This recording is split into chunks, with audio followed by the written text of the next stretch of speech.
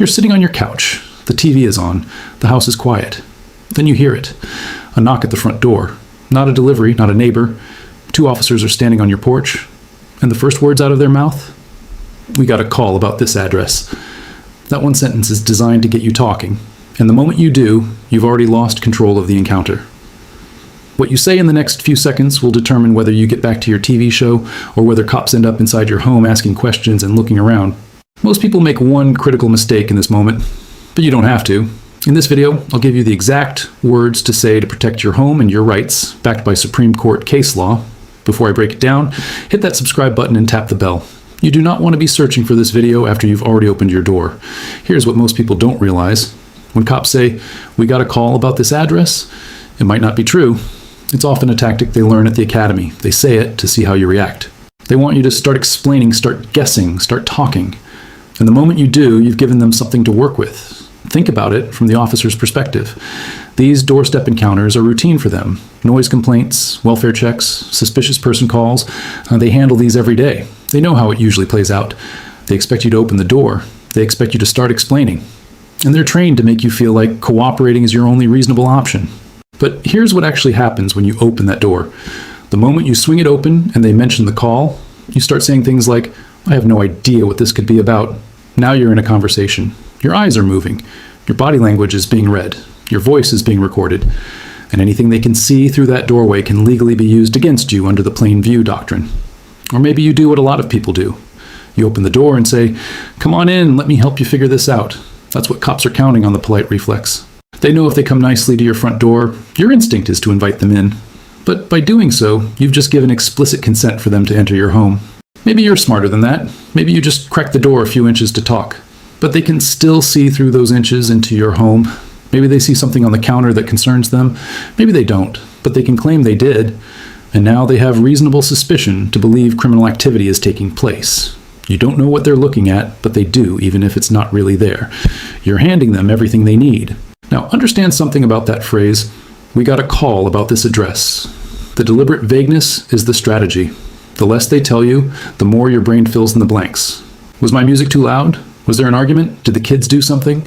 The more your brain fills in, the more guilt, real or imagined, drives you to open that door and answer their questions. And here's something most people don't know.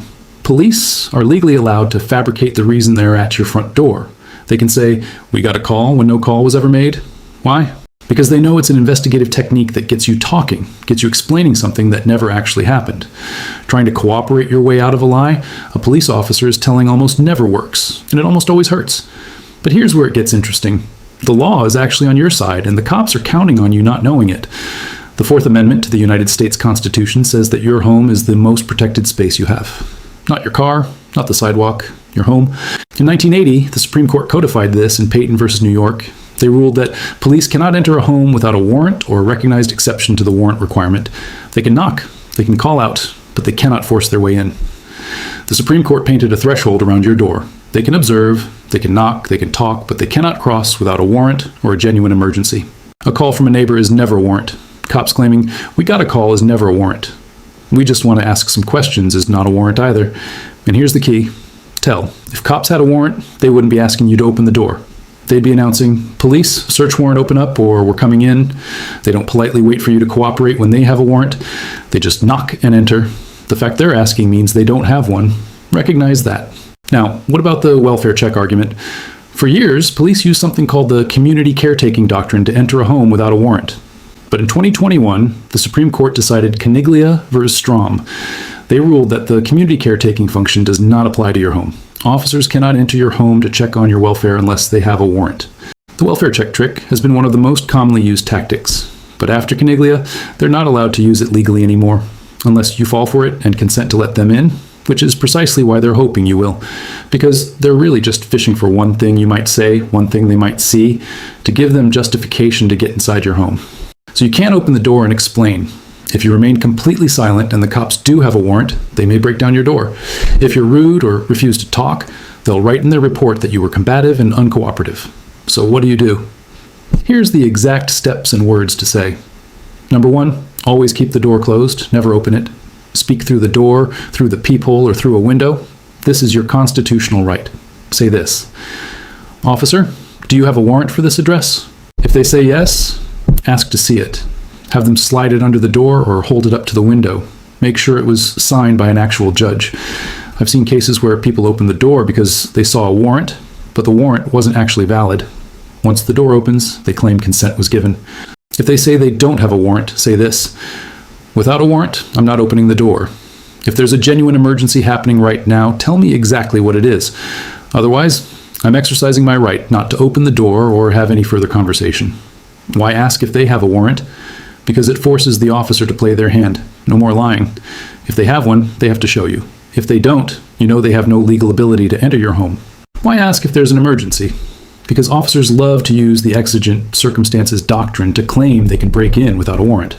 By demanding they articulate the emergency in real time, especially if you're recording, you force their hand.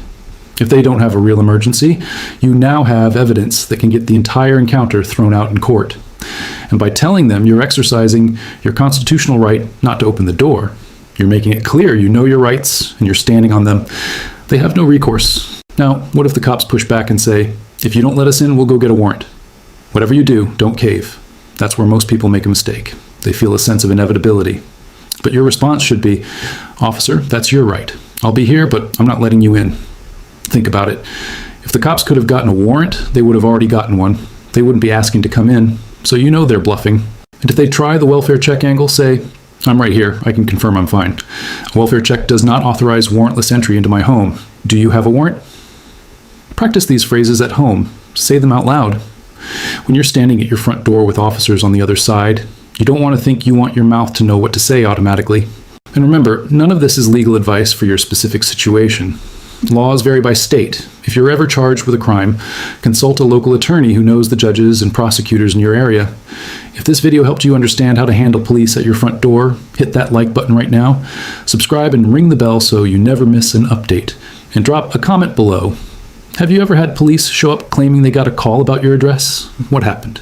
I read every comment, and I will see you in the next video.